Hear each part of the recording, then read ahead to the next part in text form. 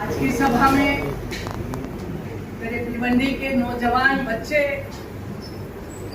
और काफी पुराने सीनियर लोग भी यहाँ पर आए। मुझे बहुत दिल से, मन से बहुत खुशी हुई इस चीज को देखकर कि आज हमारे बीच में उत्तर भारतीय बिहार फ्रंट से जो एक चिराग आज से नहीं, मैं 20 सालों से मैं राजेंद्र यादव जी को, इनकी जो अहमियत को मैं समझ पाई, इनकी कार्यकीर्ति को मैं जो समझ पाई, इनके जोश को मैं समझ पाई। मैंने इनको बहुत बार कांग्रेस में आने के लिए काफी जोर शोर से कहा मैंने कि भाई तुम आओ, तुम्हारी जरूरत है आज पार्टी को। लेकिन उन्होंने बोला ठीक है मैडम, समय आने पर मैं आऊंगा। आज वो दिन आ गया है। आज की सभा में उपस्थित मेरे लाडले छोटे भाई डॉक्टर राजेंद्र जी, एडवोकेट मौर्य जी, हमेशा हमारी डिस्कस होती है, फोन पर भी होती है, मिलकर भी होती है, देश के बारे में होती है, हर समाज के बारे में होती है।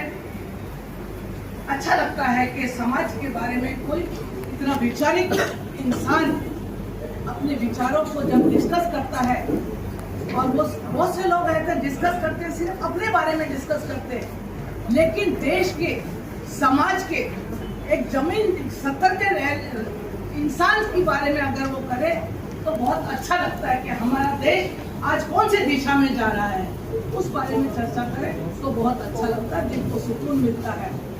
आज भिवंडी के हमारे यहाँ बीच में मैंने उनको कल ही बोला था कि आपको आना है ये सभा में। आबिद मुंसिफ खान जी, जावेद फारूक जी, इकबाल सिद्दीकी जी, जाकिर भाई, कानू भाई, आमिर खान जी, निखिल माने जी, नफीस भाई, परवीन खान जी, रेहाना अंसारी जी, अशोक पटोले जी, ठाकुर सुनील सिंह जी, पत्रकार नीलम जी और संतोष राय जी, और किसी का भी भूल चूक से नाम छूट गया हो तो मैं माफी चाहती हूँ। आज मैं आपसे पूछना चाहूंगी कि आप आज की मीटिंग में, आज की सभा में आप किस मकसद से, किस मानसिकता के साथ आप यहाँ पर आए, इनमें से कोई मुझे बताए। अभी आपके सामने बहुत सारे वक्ताओं ने अपनी अपनी बातें, अपने अपने विचार यहाँ पे आपके सामने रखे। कुछ लोगों ने कांग्रेस के बारे में कुछ अपने विचारधारा पेश की, ठीक है। जब देश के अंदर रूलिंग में गवर्नमेंट रहती है, उसके बहुत सारे हाथ रहते हैं, उसमें से कोई गलती करता है, नाम पार्टी का होता है। मैं ये नहीं कहती कि भाई हाँ कांग्रेस पार्टी बेदाग है, जरूर कुछ ना कुछ किया होगा जो हमारे देश के नागरिक, हमारे समाज के तक कुछ नाराजगी व्यक्त करते हैं, जरूर ही हो। मैं खानदानी कांग्रेसी हूँ, हमारी छठी पीढ़ी कांग्रेस में है और मेरे ब्लड में कांग्रेस है। मैं कभी भी कांग्रेस के विरुद्ध ना सुनूंगी और ना मैं कहूंगी। हाँ, गलती होगी उसको जरूर मानूंगी कि ये हमारी पार्टी से गलती हुई है, हम उसकी क्षमा मांगते हैं। राहुल जी ने भी कई बार बोला है हमारी पार्टी से गलती हुई है और मैं उसकी क्षमा मांगता हूँ, क्षमा प्रार्थी हूँ मैं। ये और राहुल जी ने भी गलती मानी है।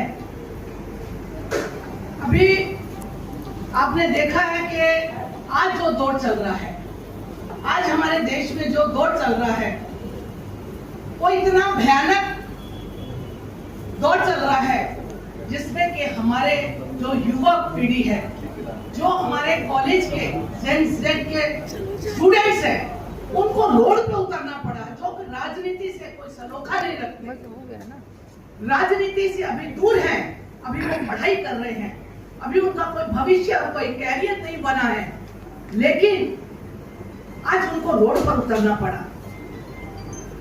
आपके हमारे सबके बच्चे आज जब रोड पे उतरे हैं, उनके अंदर छर्रे की गोलियां गई हैं, उनके साथ ऐसी सलूकी हुए हैं। महिलाओं को डंडे के अंदर कीलें लगी हुई, उनके पीठ पे गलत जगह पे उनके ऊपर मारा गया है। बहुत ही शर्मनाक है।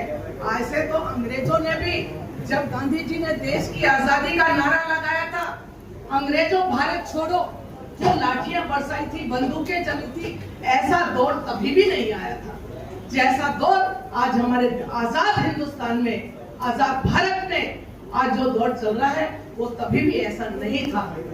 इन्होंने तो तभी भी अंग्रेजों का साथ दिया था। आज भी आरएसएस नाम की इन्होंने एक संगठन बना के डिवाइड एंड रूल, डिवाइड करो, जाति धर्म में बांटो, हिंदू मुस्लिम सिख ईसाई। अरे ये क्या है? ये तो सब इंसान है। हिंदू मुस्लिम सिख ईसाई, ये ऊपर वाले ने तो सबको इंसान बना के भेजा है, कोई धर्म बना के नहीं भेजा है।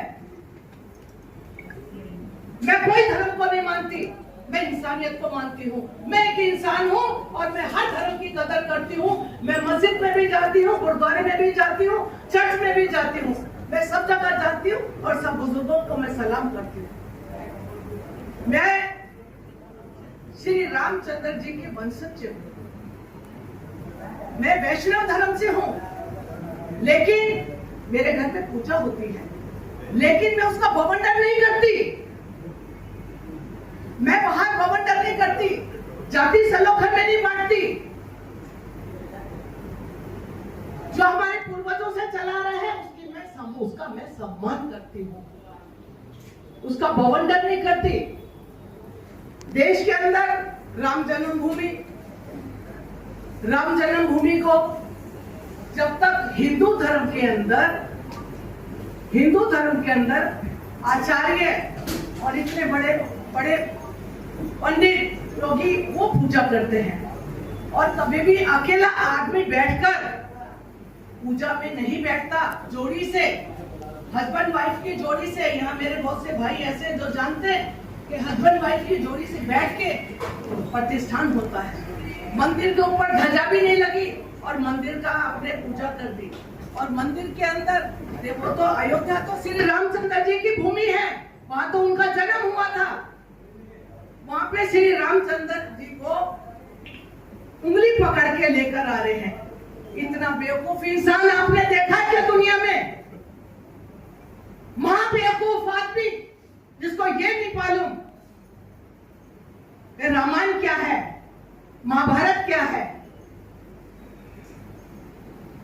देश का प्रधानमंत्री बहुत ही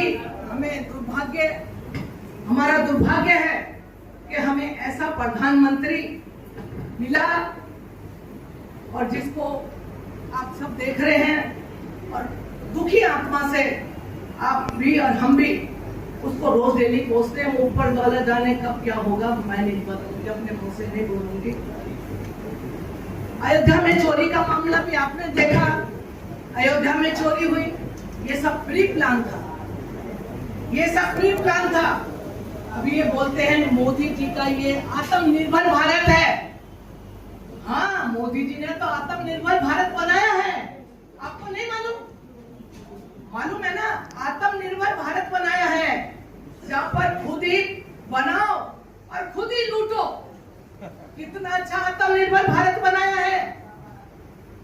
और कहाँ सिर्फ अयोध्या की बात नहीं हो रही है, ये अयोध्या में, काशी विश्वनाथ मंदिर में, मथुरा वृंदावन में, वैष्णो देवी में, तिरुपति मंदिर में, सब जगह चोरियां चल रही हैं। हाँ, ये मेरी महिला बहनों को इलेक्शन में जब बोलती हैं लाडली बहन, आज 6 लाख बहनें जो है वो बेचारी लाडली नहीं रह गई, और सिर्फ इलेक्शन जीतने के लिए लाडली बहन।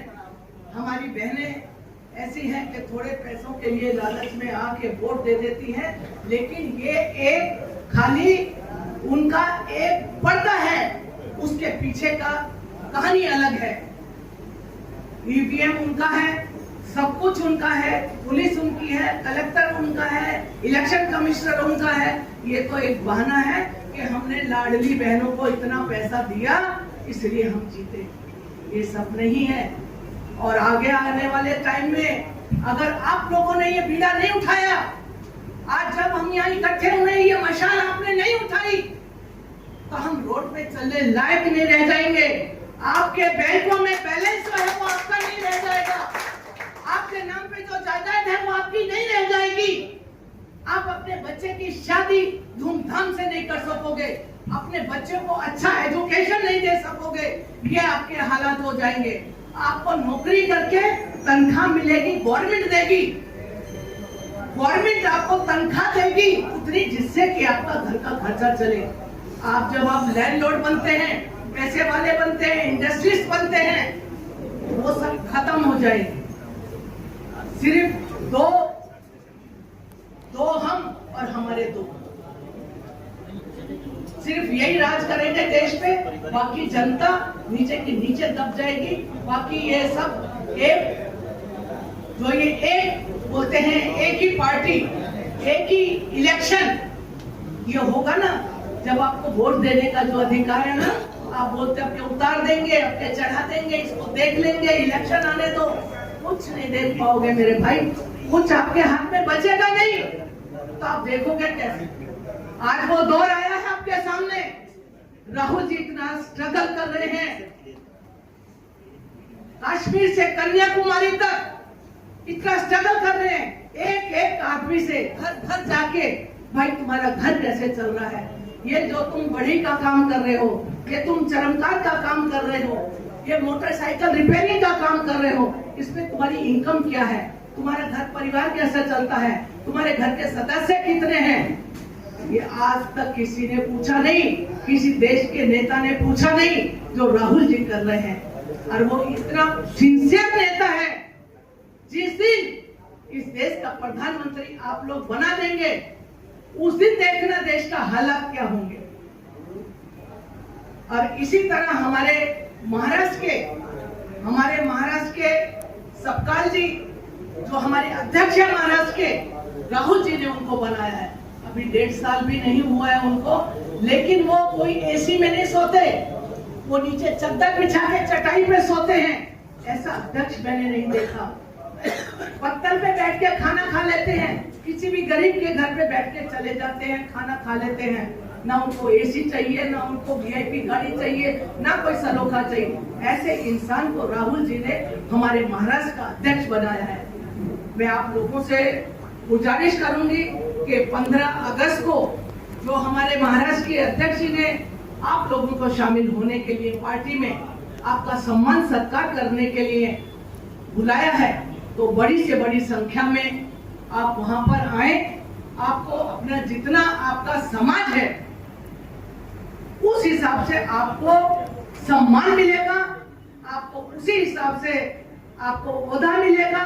और हर जगह, हर जिले में, हर तालुका में, हर ब्लॉक पे आपका वहां पर उतना सलोखा रहेगा। ये मैं आपको हमारे हर्षवर्धन सपकाल जी की तरफ से मैं गारंटी देती हूँ। मैं महाराष्ट्र एक कार्यकर्ता को, छोटे से छोटे कार्यकर्ता को पहचानते हैं कि इसके अंदर क्या कार्यकृति है और ये क्या कर सकता है। जय हिंद, जय महाराष्ट्र।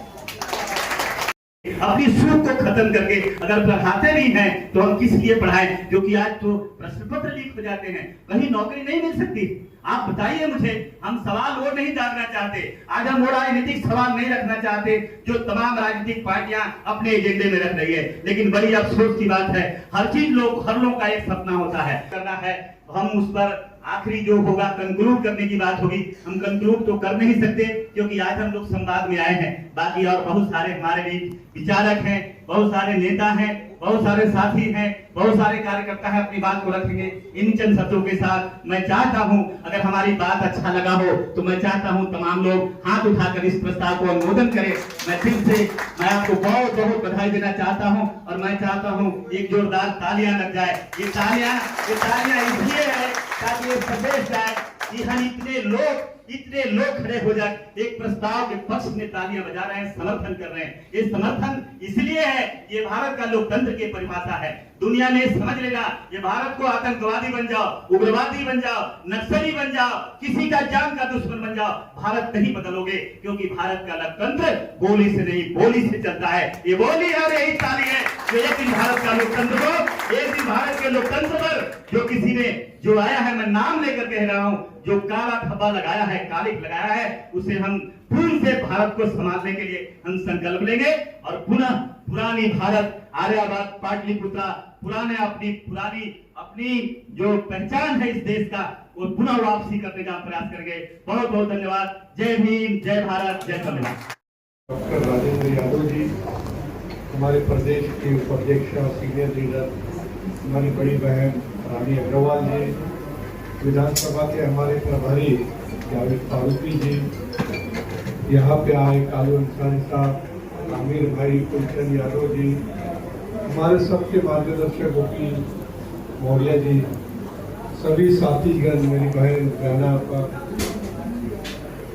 यहाँ पे सभी जो मौजूद है, हमारे सभी विचार मंच स्टेज पे जो मौजूद है, यहाँ पे उत्तर भारत बिहार फ्रंट से आए हुए जो सभी साथियों, सबसे इम्पोर्टेंट बात यह है कि जो जिस पे शोषण होता है वो ही कोई फ्रंट बनाता है अपने न्याय पाने के लिए, अपनों को इंसाफ मिले इसके लिए वो स्टेज बनाता है।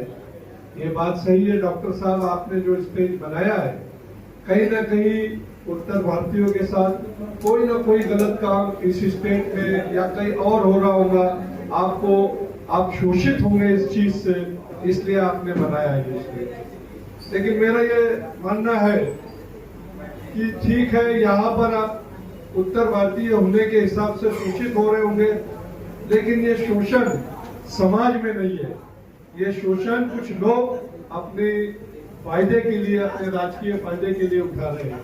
समाज, महाराष्ट्र का समाज कभी भी उन्होंने ये सिस्टम नहीं लाया है कि जो आने वाला मजदूर, आने वाला गरीब आदमी, उसको किराए से घर दिया है, उसके साथ अच्छे संबंध रखे हैं, उसके साथ यहाँ तक के की हुआ है कि रोटी बेटी व्यवहार भी शुरू हो गया है।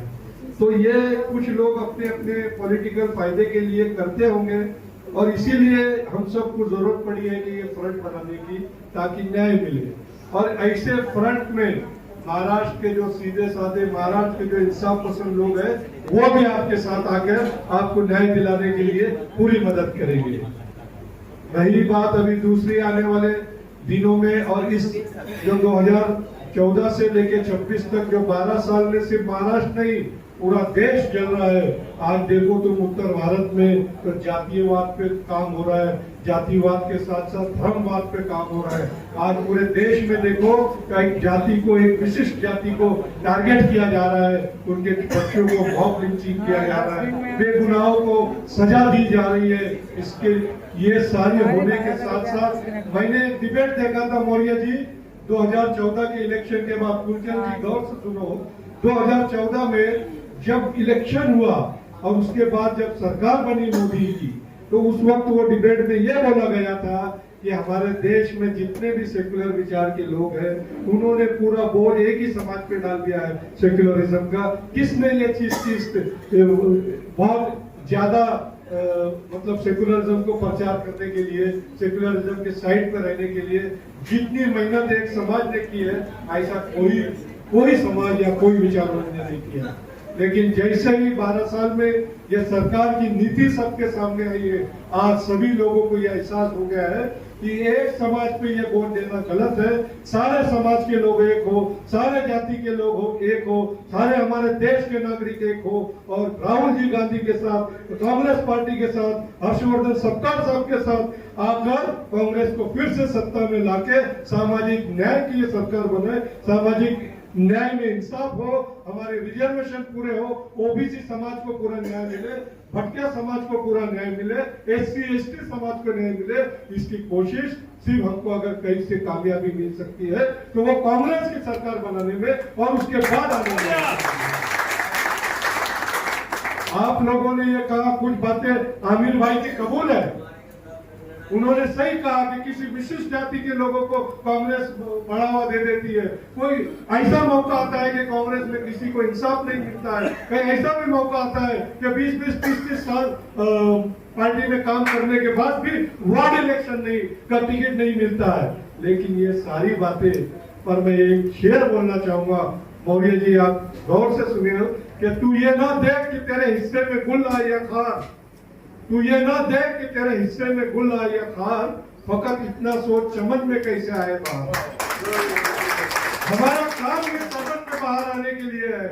हमारे शहीद ने ये नहीं देखा कि मुझे गोली लग जाएगी और मैं शहीद होऊंगा तो मेरे घर का क्या होगा, मेरे परिवार का क्या होगा, मेरे बच्चों का क्या होगा, मेरी पत्नी का क्या होगा। ठीक है, हमने पार्टी में, सेक्युलर पार्टियों में काम किया है, हमारे साथ इंसाफ सबके साथ नहीं होता है, किसी के ना किसी के साथ ना इंसाफ होता है, किसी के साथ गैर जरूरी इंसाफ हो जाता है। लेकिन हमारा टारगेट ये होना चाहिए कि जो सत्ता में बैठे लोग हैं वो सेक्युलरिज्म को मानने वाले लोग होना चाहिए, सामाजिक न्याय को मानने वाले लोग होना चाहिए, फूले शाहू अम्बेडकर विचारधारा पर अमल करने वाले लोग होना चाहिए। हिंदू मुस्लिम समाज का के बीच में लड़ाई लगाने वाले लोग नहीं होना चाहिए। हिंदू मुस्लिम को एक स्टेज पे समान नजर से देखने वाले लोग होना चाहिए। यह चीज बहुत गहराई की है दोस्तों, साथियों, और जिस तरीके से डॉक्टर साहब ने ये मुहिम चलाई है उत्तर भारतीय बिहार फंड की, ये मैं जरूर आज कांग्रेस के अध्यक्ष के हिसाब से वो आया हूँ, लेकिन मैं सभी से ये गुजारिश करता हूँ कि सामाजिक चळवळ में मैं पिछले 30-35 साल से हूँ। यह सामाजिक चळवळ की एक बहुत बड़ी एनजीओ राष्ट्र सेवा दल जो एस.एन. जोशी और साने गुरुजी ने बनाई थी, उसका राष्ट्रीय महासचिव हूँ। और ये सामाजिक स्टेडियम में छात्र के दौर में छात्र भारती का मैं जिला अध्यक्ष रहा हूँ। फूले शाहू अम्बेडकर में काम करने का मौका मुझे मिला हो और कई सालों से किया हूँ। मैं यही भी मानता हूँ कि मुसलमान इस देश में पूरा इंसाफ मुसलमान को जब ही मिलेगा जब सत्ता में सेक्युलरिज्म के लोग बैठेंगे।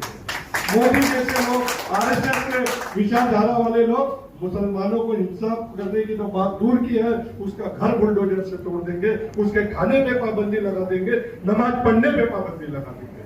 तो हम लोग ये चीज जानते हैं, इसलिए अल्पसंख्यक समाज ये चीज को बहुत गौर से, फिक्र से ये चीज रहता कोशिश करता है कि सेक्युलरिज्म पार्टी सत्ता में आए, और उन्होंने किया है ये न्याय।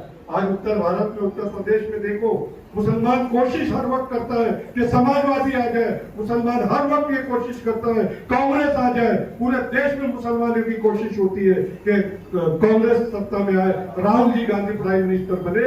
लेकिन अफसोस की बात है कि कुछ समाज अपने आप को सेक्युलरिज्म कहते हैं, कुछ लोग विचारधारा सेक्युलरिज्म करते हैं, लेकिन मैदान में वो लोग आम चुरा लेते हैं। हमको ये चीज ओबीसी समाज को भी ध्यान रखना चाहिए। आज देखो, भाजपा में मैं जब दिल्ली जाता हूँ और आसपास के जो इलाके हैं, गुड़गांव के, अलवर के, यहाँ यादव समाज की बड़ी तादाद है। आज देखो, हर यादव समाज का आमदार खासदार बीजेपी का है, जबकि यादव समाज अगर एक हो जाए, दलित समाज एक हो जाए, पिछड़ा समाज एक हो जाए, हमारे अगड़े समाज में जो विचारधारा सेक्युलरिज्म को मानने वाले लोग एक हो जाए, और विचारधारा के लोगों को, विचारधारा को मानने वाले अगर आ जाए एक जगह, तो जरूर हमारी सेक्युलरिज्म की सरकार बनेगी। और हमारा ये नारा होना चाहिए कि सरकार और सत्ता यही मास्टर की होती है समाज की, हर मामले में, हर समस्या में यही चाबी यूज होती है हमारी समस्या हल करने में।